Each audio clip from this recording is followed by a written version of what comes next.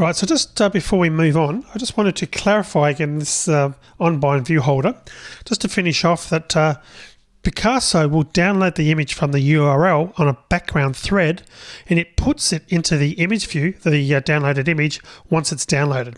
So this method doesn't wait.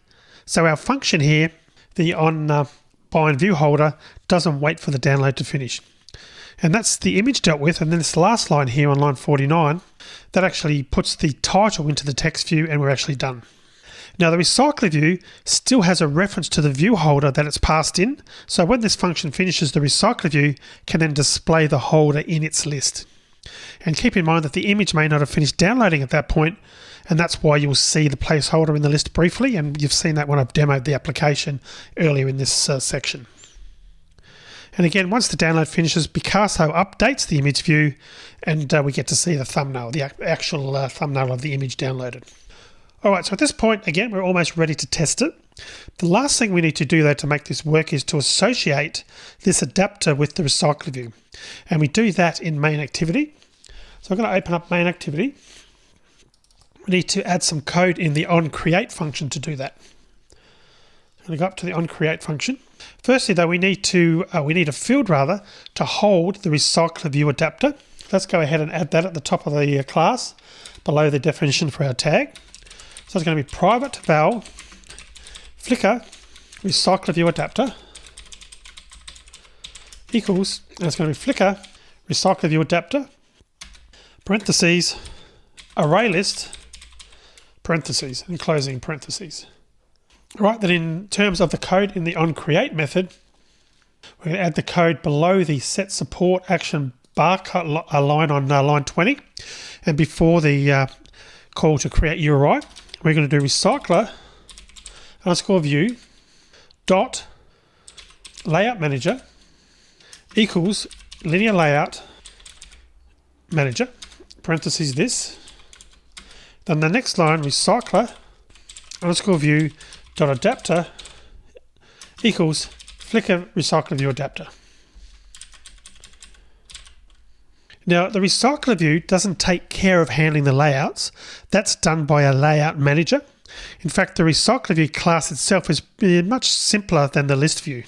It doesn't do much beyond recycling views, and everything else is left to other objects. So the data and the view to display are provided by a recycler adapter, the layout is performed by a layout manager, and the views themselves live in a view holder. So by delegating responsibility like this, the Recyclerview becomes far more flexible than the list view, and it also performs a lot better. Fortunately though, we don't have to write our own layout manager. We just create a new linear layout manager object and tell the Recyclerview to use that. And that's what I've done on lines 24. Now you can write your own layout manager if you need to. It's pretty advanced, but does mean you have full control of what's going on and how things are displayed. Normally though it's not necessary, but the option's there if you want to.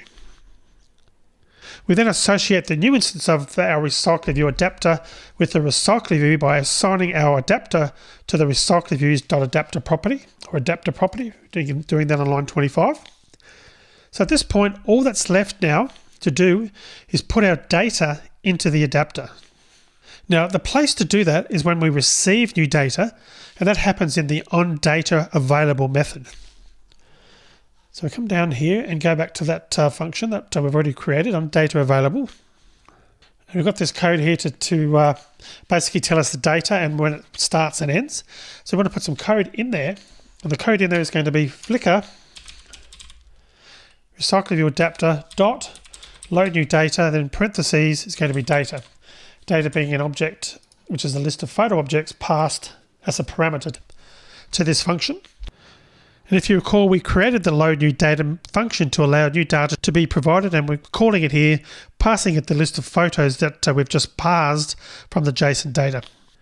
And what I'll do is also change the log entry while we're here, so we're not logging all that data in our logcat. So I'm just going to change that to put onDataAvailable called.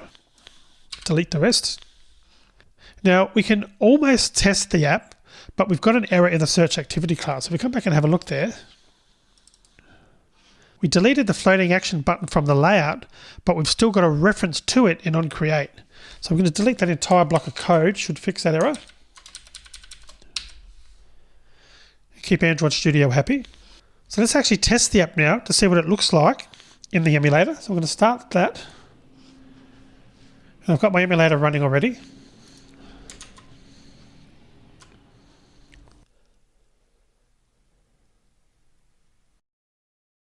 Okay, so you can see that seems to be working. It doesn't look too bad at all. So you should be able to scroll through the photos and you can see the placeholder object being replaced by the actual images as the Picasso library is downloading those for us, and the Recyclerview is then updating itself with the view. Now if we look at the logcat, you can see there's a lot of data in there. And what we might do is clear this a little bit now, because we've still got a filter on there now so we can see everything. And we can see Recyclerview being called, get item count being called, go right up to the top. We can see, we just go down a little bit further.